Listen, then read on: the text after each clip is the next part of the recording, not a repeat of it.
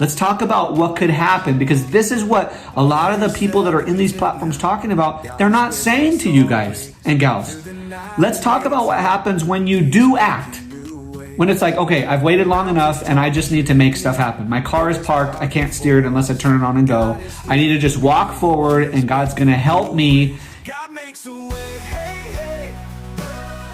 So in this same book, the book of Acts, I'm not going to read the whole story. It's a little bit longer. And I just want to get the point across today and encourage your heart that God's timing is perfect, and that you shouldn't feel discouraged if he's not answering the way you want. And if people are telling you, just go, and do, like, lock into his voice. This other story in the book of Acts proves this as well, with a man named Philip.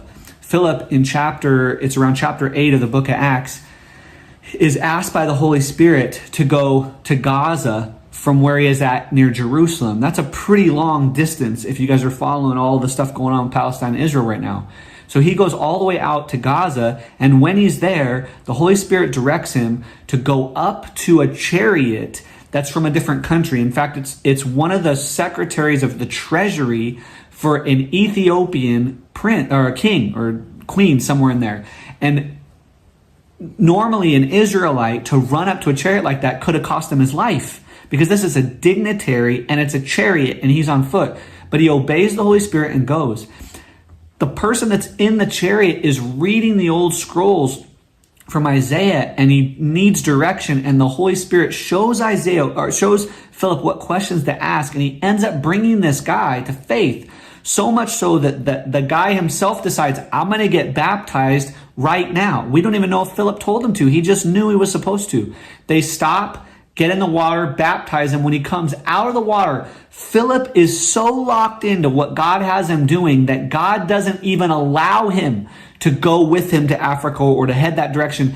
The Holy Spirit takes him and places him like in a transporter beam in a completely different city. From there, Philip knows and doesn't continue to try to baptize more Africans, because that's what he wants to do now. He goes in the direction the Holy Spirit told him, and he continues the calling on his life, what was to make disciples. We don't hear about Philip again for almost 20 years. Paul, the guy I just talked about, ends up coming back through Caesarea and finding Philip on purpose. And it says that Philip now has daughters that are prophesying, which means they're probably 18, 19, 20 years old. Why? Because Philip waited on the Lord those 20 years and did not move. He sees this incredible thing happen that's like a Marvel Avenger movie thing, and gets replaced into a different district, preaches the gospel until he gets to the place where God tells him to stop, and stays there. And we have documented history that Paul returns and sees Philip 20 years later. This was one of the greatest evangelist apostles, and he stayed in his location for like 20. We don't even know what he did. The point I want to make here is he wasn't listening to the voice of man, and he was so locked in that God helped him by literally picking him up and moving him. Okay, let's talk about Jesus. We talked about Paul, we talked about Philip. Here's another story, but let's go right to the source. Let's go to Jesus, since we're listening to his Spirit on the decisions that we should be making or not making, on how long we wait or don't wait. Let's look at Jesus's life. That'd be a great place to start. When Jesus, in the book of John, around chapter 10 and 11, one of his close dear friends died. He had just been at his house, comes back to another area and finds out his friend died. Gets a message from the family that says he's passed away. Jesus, this is unbelievable. And the reason I understand this so much is because I live in an African culture right now that's very similar to Israel and the way that the Bible is written. If someone in a family around here dies, whether they're Muslim, whether they're not, and the family members and the patrons don't come and be part of the funeral, it's a huge disrespect. And in some Muslim cultures, it's a fear of spiritual things that really they shouldn't be fearing, but it's just part of this culture. Well, Jesus decides to wait 3 more days after Lazarus died. And then he goes back with his disciples and ends up raising Lazarus from the dead. Now, could he have done that the first day? Yes.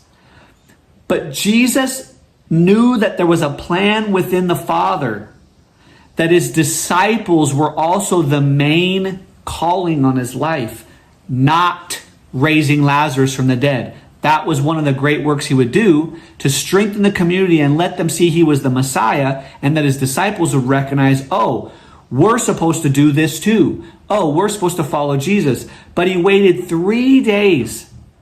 Why? It was also a spiritual significance to what happened with him when he died and would raise within 3 days.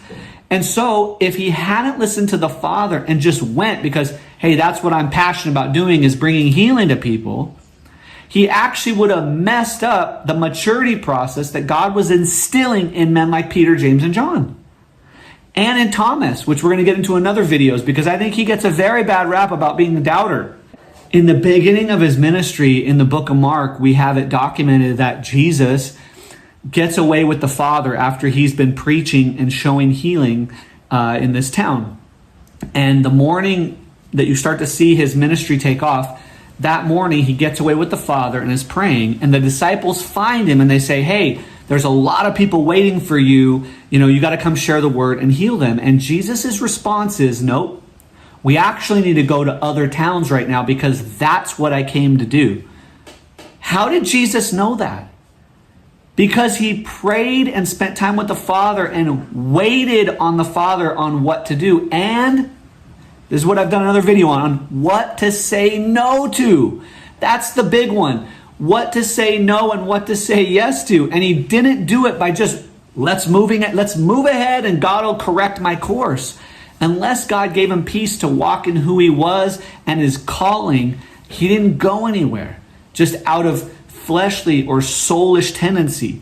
It would have been righteous for him, it would have been good for him to go and to talk to those people, to heal those people that the disciples had waiting for him. But it wouldn't have been what God wanted him to do. It actually would have been semi in his calling. But his actual calling was to go from town to town and to reach the entire region, and not necessarily Gentiles yet. That was going to be our job. So, what do we do with this? What do we do when we're not responding the way we should? Now let's talk about what happens when we don't do that. Let's talk about what could happen, because this is what a lot of the people that are in these platforms talking about, they're not saying to you guys and gals. Let's talk about what happens when you do act. When it's like, okay, I've waited long enough and I just need to make stuff happen. My car is parked. I can't steer it unless I turn it on and go. I need to just walk forward and God's going to help me, because their thought is God's not going to do it for you. Agree. I agree with that completely. God isn't going to do it for you. That's why he's given you free will and free choice. But he also doesn't want you to do what he doesn't want you to do. And so let's talk about what happens if we follow those soulish tendencies and just be like, oh, God will clean up the mess after I make the decision. Let's talk about that. Let me show you what happens. Let me show you some examples of what happens when we're operating out of ambition instead of out of calling. All right? I wish I could read the whole story of Joseph to you. It's in the book of Genesis. But this is the summary. Joseph, called by God to be a semi-Messiah for the Israelites at that time, for the Hebrews who were being oppressed by Egypt, is taken into custody by Egypt because his 11 brothers sell him off as a slave because they're jealous of their father's love for him, their father Jacob. Joseph, who had been spoken to by God many, many times, and at that time was around 17 years old, ends up in jail for almost 13 years. He's in jail, and while he's in jail, his gifting and ability of dreams and visions and interpretation of those and administration and being able to manage things starts coming to the surface, and all the places he's in, no matter how dark they are, they start elevating him to these high positions, and he starts getting authority wherever he's at, even in chains. He's been there for years. God keeps elevating him. And while in jail, there's two people that are like the cupbearer and someone else for the Pharaoh, who's the high president of Egypt, right? And these two people had had dreams the night before. and they bring their dreams to Joseph, and Joseph interprets the dreams perfectly. Both of them are going to then the next day be sent to Pharaoh again, and one will be restored and one's actually going to end up being killed. Well, Joseph, after he just said to them, all interpretations belong to the Lord, don't be discouraged, I'll share with you what God's saying to you, to this pagan nation, Joseph then makes a comment that would cost him 2 years of his life in waiting. He says, when you get to Pharaoh and the dreams are interpreted, he says, remember me and that I did this for you. Well, what's wrong with that, Ian? Like, come on, hit the like button and the subscribe button. Like, what's wrong with that? What's wrong with that is he actually tried to push himself into where God didn't tell him to go. God had already told him what was going to happen in his life and what he was supposed to do. He was never supposed to make the inroad, and up to this point hadn't done that, to get into the Pharaoh's presence, and he did, and it cost him 2 years. The man that survived waited 2 years, and when Pharaoh had a dream, then he remembered, and he said, oh, and he says this, I've sinned, or he says something like, I've done wrong against a man. But really, God had caused that guy to not remember. Why? Joseph was having his character completely strengthened, cut, trimmed, pruned, so that when he was in front of Pharaoh and the calling that God had given him in his life when he was 17, he would be able to carry the weight and the responsibility of that calling without making wrong decisions. What would be the major wrong decision? Revenge on his brothers that sold him into slavery. And because he still had a little bit in him of, hey, remember me. Remember that God told me that I should be here. I don't think he was prepared that if he'd have gone there 2 years earlier, I don't know that he might not have killed his brothers if his brothers came during the famine, or that he would be ready to carry the weight of the temptation and the things that would come under serving Pharaoh. It also wasn't the right timing because Pharaoh hadn't had a dream yet, and so the door to authority hadn't been open on what Joseph was called to do. Joseph was not called to interpret dreams his whole life.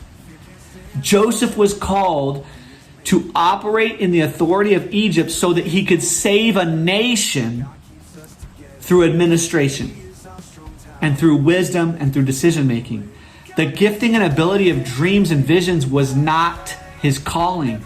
If he would have chased that in the jails over and over because it worked with two guys, he would have been stuck in that jail until God either picked somebody else or until he stopped doing that. And so that's why we have to be careful. Let me tell you another story.